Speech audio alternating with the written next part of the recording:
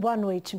As buscas pelo quarto suspeito de integrar a quadrilha responsável pelo assalto a 2 bancos em Santa Margarida, na Zona da Mata, envolvem cerca de 200 policiais. As ações estão concentradas em cidades próximas. Segundo as investigações, o grupo é especializado em roubos e ataques, como o que matou um vigilante e um policial militar nessa segunda-feira.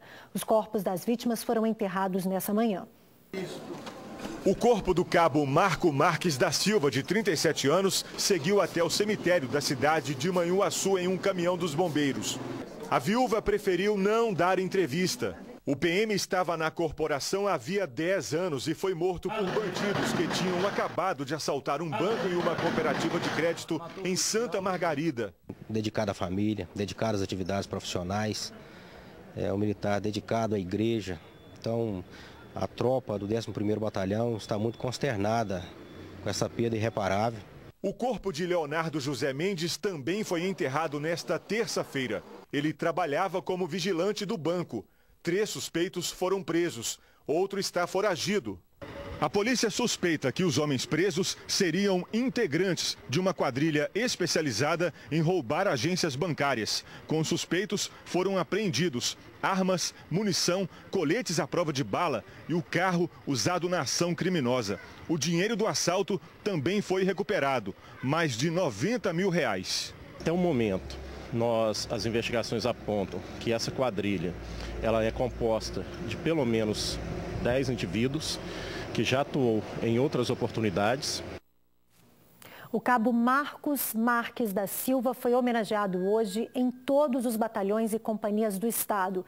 Ele também foi lembrado por militares de outras partes do país. Que Deus conforte o coração de todos os familiares do cabo Marques e o receba de braços abertos. Atenção, policiamento, retiro! Em homenagem ao cabo Marques, apresentar! Esta, no Distrito Federal, foi uma das homenagens que aconteceram em vários lugares de Minas e outros estados, como Goiás. Em continência ao cabo da Polícia Militar de Minas Gerais, morto em combate, apresentar arma!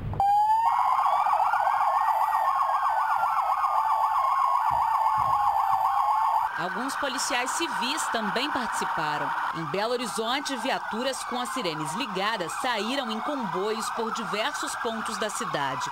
Militares em continência pararam em lugares como a barragem Santa Lúcia, na Zona Sul, e a Praça 7, no centro. Luto e indignação pela morte do cabo Marcos durante a ação de criminosos. Segundo o presidente da Associação dos Oficiais do Estado, o desabafo dos policiais é pelo sentimento de impotência diante do regulamento, regras que eles pedem para mudar. Não se concebe mais viver num Estado onde somente o bandido tem razão. As leis são mais duras para quem? Para os agentes policiais. E mais frouxas para quem? Para o bandido, dando a oportunidade cada vez mais ele operar no mundo do crime. Estimativas apontam que cerca de 400 policiais morrem por ano em virtude da atividade policial. O presidente da associação alerta ainda para o fato de alguns que cometem suicídio por causa das pressões sofridas. Além da pena atribuída ao crime cometido, nós temos algumas penas acessórias, do tipo, há 10 dias mais ou menos, tivemos a perda de um sargento que suicidou. Por quê? Na decisão judicial, veio dizendo que ele estaria perdendo a função pública. Olha, o fato foi acontecido em 99, o agente era um bandido. E um cidadão de bem, que é o nosso policial, não aguentou essa pressão e veio tirar a própria vida. Temos que repensar. É algo muito grave que está acontecendo. A Polícia Federal prendeu um homem de 25 anos suspeito de envolvimento em acessar e compartilhar imagens de crianças e adolescentes com conotação pornográfica em Uberaba, no Triângulo Mineiro.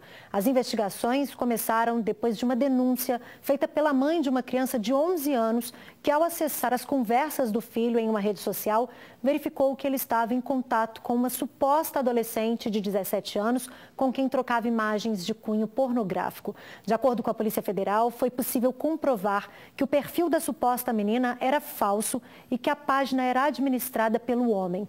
Ele teria conseguido obter fotos e vídeos de outras crianças e adolescentes pela mesma rede. Depois de 8 meses de investigações, a Polícia Civil desarticulou um grupo suspeito de atuar no tráfico de drogas em parte do aglomerado Morro do Papagaio, na região centro-sul de Belo Horizonte. Ao todo, 14 pessoas foram presas. O bando foi detido durante uma operação que durou 72 horas. Os criminosos fazem parte da Gangue dos Ratos. Os 13 integrantes, que têm passagens pela polícia, eram liderados por Bruno Eduardo Perdigão Campos, de 24 anos, que nunca havia sido preso. Segundo a polícia, ele é o cabeça de diversas bocas de fumo do aglomerado e conseguiu respeito dos outros traficantes porque seria dono de várias armas de grosso calibre. Armamento que a polícia não conseguiu recuperar. São indivíduos moradores do aglomerado, residem ali desde a infância e na sua adolescência já são aliciados por traficantes para poder fazer as vendas dessas drogas. Levantamos que Bruno é um indivíduo bastante agressivo e temido pelos membros dessa associação criminosa. Conseguimos realizar o levantamento de que ele sempre comanda à distância para os seus subordinados. Por isso, ele até o momento, até essa prisão, não possuía passagem policial. Alguns negaram a participação na gangue. É inocente, eu só sou usuário, senhor. Eu não mexo com nada não, entendeu, senhor? Nunca vendi droga na minha vida não, senhor. Eu não tenho nada a ver com isso não. Segundo as investigações, o bando está ligado ainda à morte de 4 traficantes lá da região no segundo semestre do ano passado e também a 3 tentativas de homicídio, 2 de policiais militares e 1 de policial civil. Um dos criminosos ainda se recupera de um ferimento causado durante um desses conflitos. Todos são acusados também de um linchamento que quase terminou em morte dentro do aglomerado no fim do ano passado. A vítima nos procurou informando que teria sido agredida e torturada por suspeitos que estariam lhe acusando de ser informante da polícia em virtude de um homicídio que aconteceu no Morro do Papagaio. Os suspeitos espancaram, agrediram essa vítima, que só conseguiu se desvencilhar dos seus agressores graças a uma intervenção dos moradores da região. A polícia apreendeu com a gangue um veículo, porções de cocaína e maconha, além de uma pistola e cartuchos. 2 integrantes do grupo, Alexander Magno Moreira e Vinícius Lopes Ferreira, ainda estão foragidos. Um homem foi levado em estado grave para o pronto-socorro do Hospital João 23, depois de ter sido jogado no Ribeirão Arrudas, perto da rodoviária de BH. 3 suspeitos foram presos. Segundo testemunhas, o homem foi jogado dentro do Ribeirão Arrudas após ter presenciado o roubo de um celular. A testemunha disse aos militares que o vendedor ambulante foi colocado em um carrinho de compras que foi lançado lá no leito do rio. O homem teve várias fraturas e precisou da ajuda do Corpo de Bombeiros. Eu cheguei a comprar uma pedra de crack por R$10 na mão de um rapaz que tão tal que ele está preso ali. Foi o dito rapaz que espancou esse moço, foi jogado dentro do rio. E tirou o cara dentro do carrinho e jogou dentro do rio, ainda com vida ainda. Eu acionei o corpo de bombeiro. Aí veio a polícia. Os suspeitos foram levados para a central de flagrantes. Júlio César da Silva, de 29 anos, disse que não é traficante e negou o envolvimento com o roubo ou com espancamento. Eu não mexo com droga, não. Eu nem conheço o cara que bateu. Eu só vi ele batendo no cara. Meu coração ficou doido. Eu não acreditei o cara apanhando, não. Os outros 2 suspeitos com passagens por tráfico e por roubo também se defendem. Eu tava no bar bebendo, eles me pegaram lá no bar bebendo. Eu lá e minha mulher e as 2 amigas dela. Tava indo dormir, vocês pegou lá perto lá e falou que eu tinha jogado o cara lá dentro. O que eu ia fazer isso? Eu não tenho motivo de fazer isso, tem nada a ver com isso não, senhor. Voltamos a falar da onda de ataques a bancos no interior do estado. Em Matias Cardoso, no norte de Minas, criminosos fortemente armados adotaram uma nova estratégia. Eles cercaram as casas de 8 policiais militares que trabalham na cidade e impediram a ação da PM. Os bandidos ainda atiraram contra o pelotão local, enquanto outra parte do grupo invadiu uma agência. Por sorte, ninguém ficou ferido. Os homens explodiram o banco e deixaram um rastro de destruição. Eles levaram o cofre e fugiram em direção a Jaíba. O valor não foi informado, mas, segundo um policial, o montante seria significativo, já que estava previsto para hoje o pagamento dos funcionários da prefeitura. Ainda não há pistas dos criminosos. Do norte para o centro-oeste do estado. Parte de um posto de combustível ficou destruída depois que 2 assaltantes explodiram o cofre em Itaúna. É a segunda vez em menos de um mês que um posto é alvo de bandidos na cidade. As imagens mostram o interior do posto de combustíveis destruído. O estabelecimento foi interditado pelo Corpo de Bombeiros, já que, por causa da explosão, a estrutura ficou abalada e corre risco de desabar. Segundo a Polícia Militar, os 2 frentistas estavam fechando o posto quando os bandidos chegaram de moto. Os funcionários foram trazidos para este local onde se faz troca de óleo. Eles ficaram sob a mira do revólver enquanto um dos criminosos invadiu a sala onde estava o cofre. E através de um artefato explosivo causou um dano generalizado, explodindo inclusive o cofre. O dinheiro foi subtraído, mas os frentistas lá não tiveram como apurar a quantia que foi levada. Os funcionários do posto não quiseram gravar entrevista, mas contaram que este foi o primeiro assalto ao estabelecimento este ano. Quem tiver alguma informação que possa ajudar a esclarecer este crime que aconteceu aqui em Itaúna, que denuncie através do 190 ou do Disque Denúncia Unificado 181. Reforçando então que esse e todos os outros crimes podem ser denunciados pelo 190 ou pelo 181. E também estão sendo procurados ao menos 2 criminosos armados que assaltaram uma agência dos Correios em Tabuleiro, na Zona da Mata, nessa tarde. Os homens que estavam em uma moto renderam as vítimas e roubaram dinheiro. O valor não foi divulgado. Outras 2 pessoas podem ter participado do crime. E uma dupla foi detida após tentar assaltar uma agência dos Correios em Arceburgo, no sul do estado.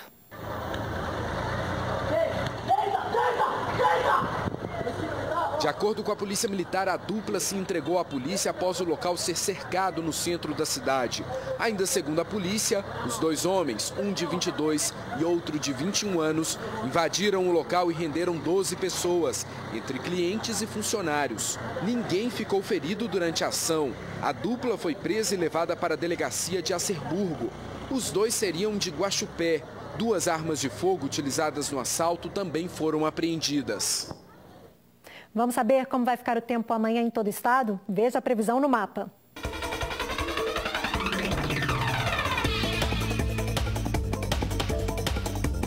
Céu nublado e com possibilidade de chuviscos no leste. Na Zona da Mata, o tempo fica parcialmente nublado. O sol predomina nas outras áreas. As temperaturas mudam bastante de uma região para outra. No extremo sul do estado, a mínima pode chegar aos 3 graus, enquanto no norte, a máxima prevista será de 30.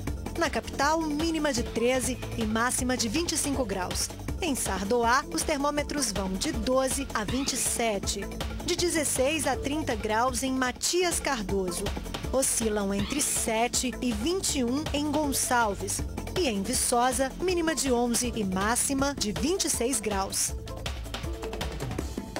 A quantidade de idosos que voltaram a estudar ou que ingressaram pela primeira vez em uma faculdade aumentou.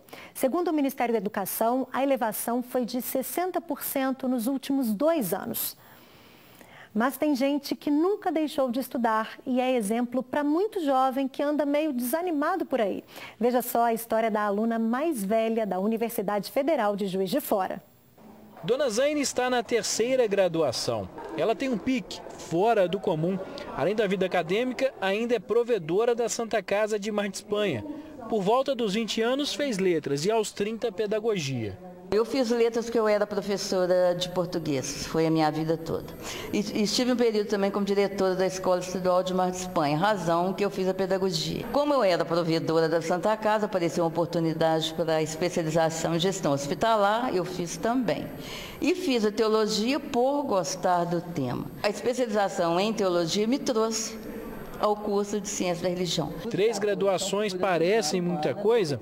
Pode colocar 2 especializações, um mestrado e 3 livros para conta também. Um sobre o meu trabalho de dissertação, a história de Mar de Espanha, um sobre os contos que nós fizemos e um trabalho em grupo que eu fiz quando eu estava na faculdade. Além de trabalhar e estudar, todo dia tem a viagem de 60 quilômetros entre Mar de Espanha e Juiz de Fora. Agora vai perguntar se a rotina é cansativa. A minha rotina é ótima, a verdade é essa. Porque eu tenho os cuidados da família, quem eu amo muito, né? Eu tenho os cuidados do trabalho na Santa Casa. Eu tenho os cuidados da igreja, que eu me envolvo e venho para cá, mas venho insatisfeita. Aos 72 anos, Dona Zaine é a aluna mais velha da graduação da UFJF. Além dela, outros 36 acadêmicos matriculados aqui têm mais de 60 anos. A professora Maria Cecília está há um ano na universidade e convive com a Dona Zaine na disciplina Diálogo Interreligioso. É um perfil que aparece muito para a gente, alunos às vezes já aposentados ou que estão procurando uma segunda graduação, terceira graduação e acabam enriquecendo a sala de aula, enriquecendo a experiência de sala de aula, por conta de serem alunos já experientes, já com uma trajetória de vida, né, diferente dos alunos que chegam do ensino médio direto para a faculdade, né, alunos mais jovens. E se disponibilizando a vir de outra cidade, com outros trabalhos, filhos, parentes, isso é muito fortificante e serve de exemplo para a gente dentro de sala também. Daqui a pouco, as habilidades do futuro desenvolvidas em uma escola de Belo Horizonte e o que vai ser um diferencial na formação de profissionais para os próximos anos. A gente volta já, fique com a gente.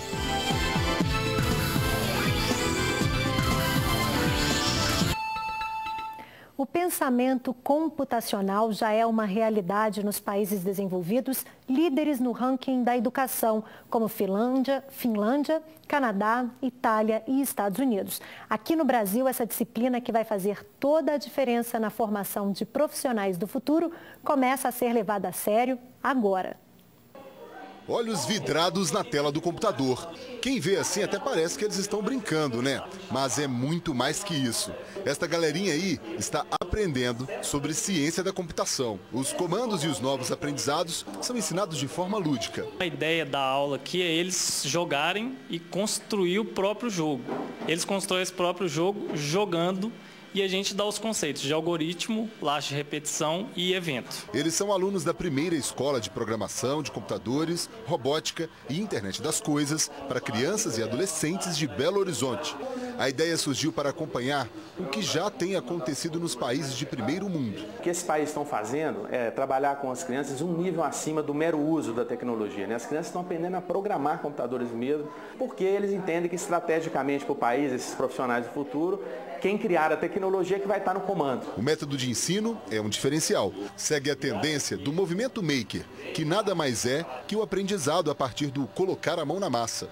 E os pequenos mostram que estão no comando. Depois de um tempo, você vai desbloquear esse modo aqui, que é o algoritmo. O que tem no algoritmo? Ele faz uma sequência, assim, em cadeia. E por aqui as crianças estão com o pensamento computacional sempre alinhado, seja na montagem de circuitos eletrônicos ou até mesmo na programação de robôs. Não importa, a intenção mesmo é desenvolver mentes criativas. A Mindmaker, eles montam uma sala dentro da escola com essas mesmas características que a gente tem aqui, todo equipamento, todos os kits eletrônicos, robóticos e um currículo que atravessa o fundamental todo casado com as disciplinas. Então a ideia é a escola entrar com a pedagogia complementar, com a operacionalização, a gente tem todo o subsídio para entrar imediatamente, né? Os cursos têm duração de 3 anos. São oferecidos para crianças de 7 a 10 anos e para adolescentes de 11 a 13. Por agora, esta turminha faz um curso rápido de férias, que é gratuito. E em meio a tanta tecnologia, adivinha se eles estão gostando. Meu sonho é assim, fazer um trem desse assim. Se eu fazendo, fico louco fazendo. Se alguém falar que eu não gosto, esse alguém é um homem morto. O Jornal da Alterosa termina aqui. Você acompanha agora o SBT Brasil. Voltamos amanhã a partir das 7h15 da noite. Até lá. Tchau.